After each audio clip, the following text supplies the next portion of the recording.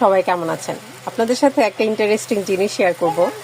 সেটা হচ্ছে, জানি না কোথাও পাওয়া যায় কিনা, আমাদের উত্তরাতে আমি কখনো দেখিনি, যেহেতু আমি উত্তর এখানে ছিলাম দলিপাড়া বাউনিয়াতে। এটা হচ্ছে মোহাম্মদপুরে। হ্যাঁ, এই মোহাম্মদপুরে বিহারিরা তাদের নিজেদের বাসায় তৈরি এই যে এতটুকু পরিমাণে বিরিয়ানি রান্না করে, এটা রান্না করে তারা 30 টাকা করে বিক্রি করে।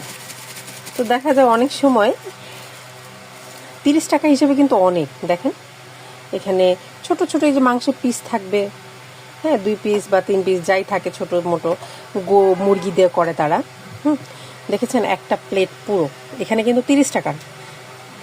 তো বাচ্চারা যখন খেতে মন চায়, যে রাত হয়েছে ভালো লাগছে না, তো এখানে অনেক বিরিয়ানি আছে, বিরিয়ানি হাউস আছে, বলেন বোবার বিরিয়ানি বলেন, কামাল বিরিয়ানি বলেন, কিন্তু রাস্তার পাশে যে ওরা যেগুলো বিক্রি করে, টেস্টটা কিন্তু অসাধারণ।